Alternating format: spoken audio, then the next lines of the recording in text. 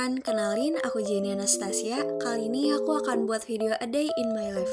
Seperti biasa, aku bangun jam 5 pagi dan ini langsung menuju kamar mandi buat mandi. Setelah selesai mandi, ini aku langsung siap-siap buat menuju ke kampus. Sambil nunggu Rizka teman aku, dia nyuruh bareng karena rumah kita deketan. Jadi ini dia udah sampai. Terus langsung berangkat deh ke kampus. Ini kita berangkat di jam 7:30. Kita lewat jalan alternatif karena jalan biasanya macet buat perbaikan jalan. Nah, ini udah sampai deh. Ada Safitri di situ. Jadi ini kita langsung menuju ke kelas. Tapi sebelum ke kelas, kita ke Alfa dulu buat beli susu. Terus ini kita naik lift buat ke kelas. Terus ini kita di jam pertama udah lanjut presentasi. Setelah jam pertama selesai, ini kita langsung jajan burger di depan kampus. Lanjut presentasi di jam kedua deh. Sehabis sholat zuhur, setelah mata kuliah kedua tadi, ini kita langsung lanjut untuk mata kuliah ketiga matematika di kelas sebelah. Ini kita seperti biasa selalu berenam ya duduknya. Selesai deh mata kuliah hari ini. Jadi ini kita langsung menuju keluar. Tapi setelah ini kita ada rapat organisasi.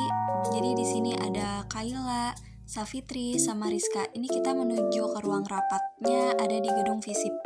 Kita langsung ketemu sama pembinanya. Dan di sini kita mulai rapat deh. Setelah kegiatan kuliah hari ini selesai, ini kita langsung menuju pulang. Jangan lupa bayar karcis.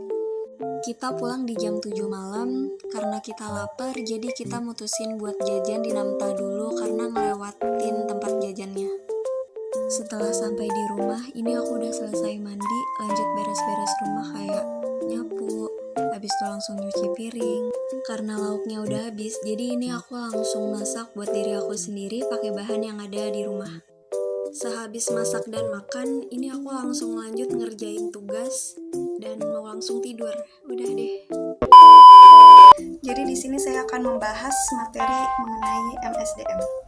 Yang pertama ada pengertian manajemen sumber daya manusia.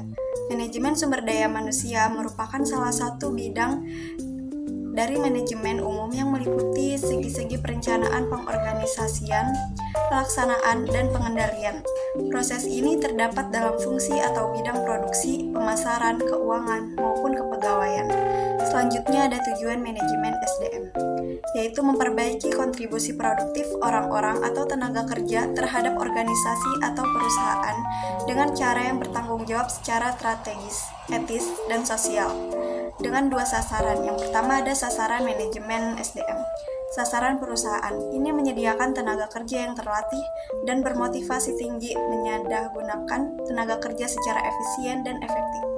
Selanjutnya ada mengembangkan kualitas kerja dengan membuka kesempatan bagi terwujudnya aktualisasi diri karyawan. Selanjutnya ada SDM yang memenuhi syarat dengan keterampilan, keahlian, dan pengetahuan yang sesuai dengan perkembangan melalui pelatihan dan pengembangan. Selanjutnya ada SDM yang memenuhi syarat bersedia bekerja sebaik mungkin melalui motivasi dan penilaian karya. Kemudian ada SDM yang memenuhi syarat yang berdedikasi terhadap perusahaan yang luas terhadap pekerjaannya melalui kesejahteraan, yaitu lingkungan kerja yang sehat dan aman, serta hubungan industrial yang baik. Yang ketiga, ada pentingnya manajemen SDM. Manajemen SDM harus dikelola dengan baik sehingga kebijakan dan praktik dapat berjalan sesuai dengan yang diinginkan perusahaan yang meliputi kegiatan. Yang pertama ada melakukan analisis jabatan, yang kedua ada merencanakan kebutuhan tenaga kerja dan merekrut calon pekerja, yang ketiga ada menyeleksi calon pekerja, yang keempat ada memberikan pengenalan dan penempatan pada karyawan baru, yang kelima ada menetapkan upah, gaji, dan cara memberikan kompensasi. Selanjutnya ada pendekatan manajemen SDM. Yang pertama ada pendekatan strategis, yang kedua ada pendekatan SDM, yang ketiga ada pendekatan manajemen, yang keempat pendekatan sistem, yang kelima pendekatan proaktif, yang keenam pendekatan mekanis seperti pengangguran teknologi, keamanan, ekonomis, organisasi buruh, serta kebanggaan dalam pekerjaan. Kemudian ada manfaat manajemen SDM bagi perusahaan atau organisasi. Yang pertama ada sistem informasi SDM, yang kedua ada analisis pekerjaan atau jabatan, yang ketiga ada perencanaan SDM, yang keempat ada seleksi tenaga kerja, yang kelima ada penilaian kinerja, yang keenam ada pembinaan karir, serta sistem kompensasi.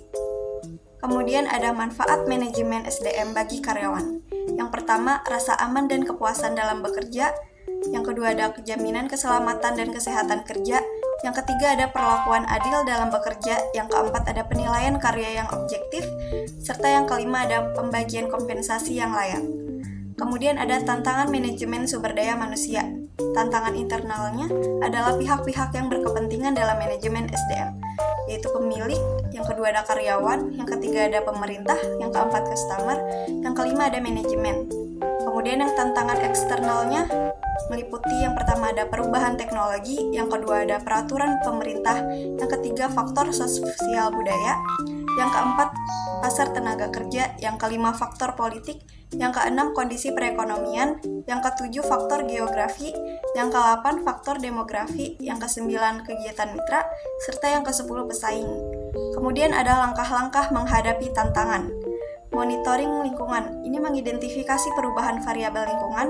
Selanjutnya ada mengevaluasi dampak perubahan lingkungan dan mengambil tindakan proaktif dari perubahan lingkungan serta menganalisis umpan balik. Sekian penjelasan MSDM dari saya, kurang lebihnya mohon maaf. Wassalamualaikum warahmatullahi wabarakatuh.